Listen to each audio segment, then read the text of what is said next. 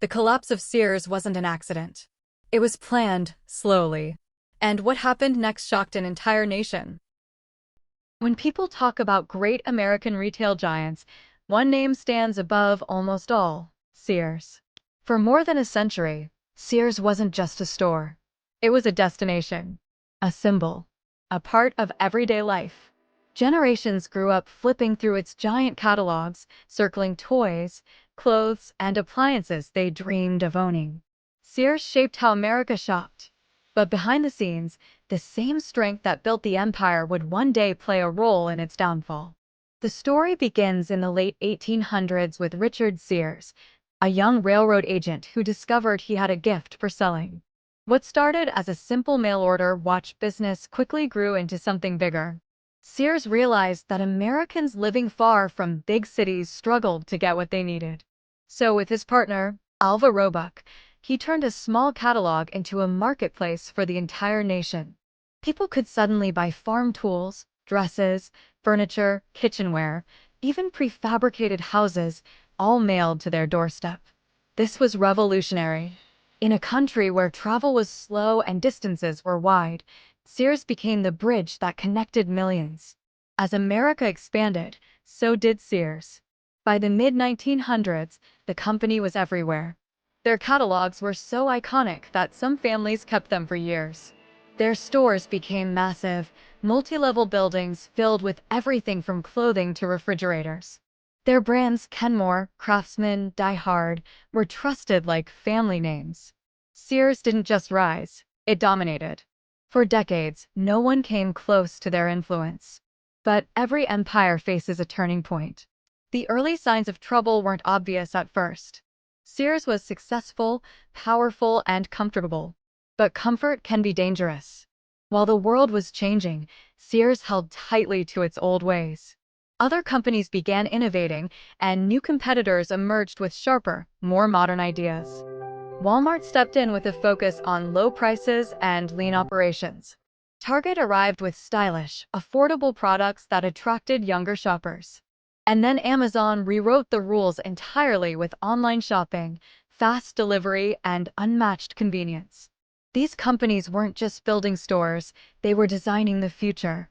Meanwhile, Sears moved slowly. Instead of transforming the shopping experience, leadership shifted its focus toward financial strategies. Money that should have gone into store upgrades, technology, and customer service was directed elsewhere. The stores began to feel outdated. Lighting dimmed. Shelves sat half-stocked. The excitement that once defined Sears quietly faded. Customers noticed, and they drifted away. Then came a decision that many believed would spark a comeback. Sears merged with Kmart. On paper, it looked like a rescue, two giants joining forces. But in reality, both were already struggling. Their stores needed massive investment. Their employees were stretched thin. Their systems were old. Instead of regaining strength, the merger combined two sets of problems and multiplied them. Maintenance dropped even further. Some stores were visibly neglected. Paint peeled. Floors cracked. Repairs were delayed. Customers walked in hoping to find the Sears they grew up with: dependable, organized, familiar, but found a store that felt abandoned. And once customers lose faith in a brand, returning becomes difficult. The digital revolution should have been Sears' moment of rebirth. After all, Sears had been the king of mail-order shopping. No company understood home delivery better. But when online retail exploded, Sears hesitated. Their website lagged behind. Their inventory system was outdated. Their delivery process couldn't compete. Amazon surged ahead, mastering the very category Sears pioneered. As competitors improved, Sears took the opposite approach. They sold off some of their most valuable brands. They sold real estate. They closed stores. These moves brought temporary cash but weakened the company's long-term strength. Piece by piece, the empire shrank. Employees felt the pressure. Morale dropped. Some stores were so understaffed that customers wandered entire departments without finding help. Shoppers who once trusted Sears for generations saw the decline firsthand and slowly stopped coming. The fall wasn't sudden. It was slow, quiet, a long fade rather than a dramatic crash. Eventually, the financial strain became overwhelming. Sears filed for bankruptcy, shutting down hundreds of stores across the country. Malls that had relied on Sears for decades were left with massive empty spaces. Communities built around Sears locations felt the loss deeply. An icon that shaped American life for over a century had become a shadow of its former self. And the saddest part? Sears didn't fall because survival was impossible. It fell because it didn't adapt. It stayed comfortable when the world demanded reinvention. It clung to the past while competitors built the future. Problems were ignored until they grew too big to fix.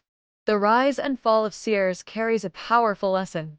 No matter how big or iconic a company becomes, the world never stops moving.